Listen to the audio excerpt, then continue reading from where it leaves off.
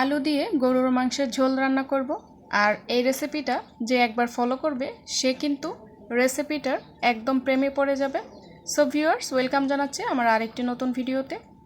আজকে আমি গরুর মাংস রান্না করব আলু দিয়ে ঝোল করে।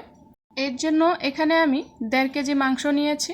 মাংসটা ভালো করে কেটে ধুয়ে পরিষ্কার করে এতে দিয়ে দিব 4টা পেঁয়াজ আর 2টা রসুন থেতো করে দিয়েছি। তারপর দিয়েছি 2 টেবিল চামচ লাল মরিচের গুঁড়া, 1.5 টেবিল চামচ হলুদ গুঁড়া, আর দিয়েছি 1 টেবিল চামচ করে জিরার গুঁড়া ও ধনিয়া গুঁড়া। তারপর দিয়েছি স্বাদ মতো লবণ।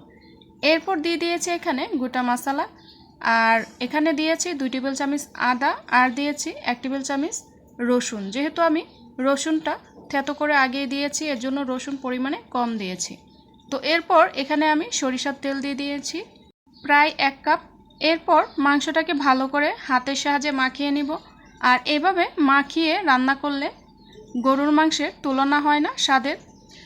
তো এরপর আমি জাস্ট হাতটা ধুয়ে পানি দিব, আর অতিরিক্ত কোনো পানি দিব না, এতেই মাংসটা ভালো করে কষানো হয়ে যাবে।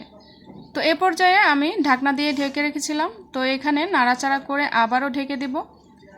তো যখন পানিটা একটু শুকিয়ে আসবে তখন আমি এখানে কাঁচা পেঁয়াজ দিয়ে দিব, একটা কুচি করে কেটে নিয়েছি।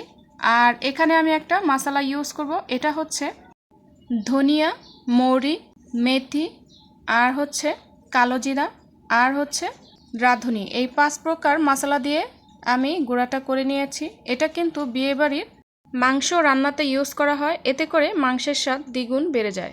তো এই পর্যায়ে আমি মাংসটা সিদ্ধ হওয়ার জন্য 1 টেবিল চামচ চিনিও অ্যাড করেছি, চাইলে আপনারা এটা স্কিপ করতে পারেন। আর দিয়েছি 2টা আলু। এখানে আমি চিনিটা ইউজ করেছি মূলত মাংসটা তাড়াতাড়ি সিদ্ধ হয়ে যাবে। অনেক সময় গরুর মাংস সিদ্ধ হতে চায় না, তো আপনারা চাইলে 1 টেবিল চামচ চিনি দিতে পারেন, এতে করে মাংসটা সিদ্ধ হয়ে যাবে ভালো করে। তো এখানে আমি গরম পানি অ্যাড করে দিয়েছি, এতে করে মাংসের স্বাদটা ঠিক থাকবে।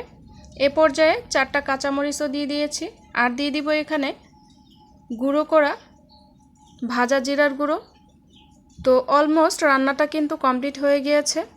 আর যেহেতু এখানে আলু দিয়েছি, এর জন্য আমি মাংসতে একটু বেশি ঝোল রাখবো, এতে করে মাংসটা যখন ঠান্ডা হবে তখন কিন্তু আলুগুলো ঝোলটা টেনে নেবে। আর যেহেতু আমি ঝোল করে রান্না করব, তার জন্য একটু ঝোল বেশিই রেখেছি। তো দেখুন, আপনাদের সার্ভ করে দেখাচ্ছি কতটা লোভনীয় হয়েছে। আশা করছি আজকের ভিডিওটি আপনাদের কাছে অনেক ভালো লেগেছে। আর যদি ভালো লাগে অবশ্যই ভিডিওটি শেয়ার করে আপনাদের টাইমলাইনে রেখে দিতে পারেন, এতে করে আপনারা যখন ইচ্ছে রেসিপিটি ফলো করে রান্না করে নিতে পারবেন। আল্লাহ হাফেজ।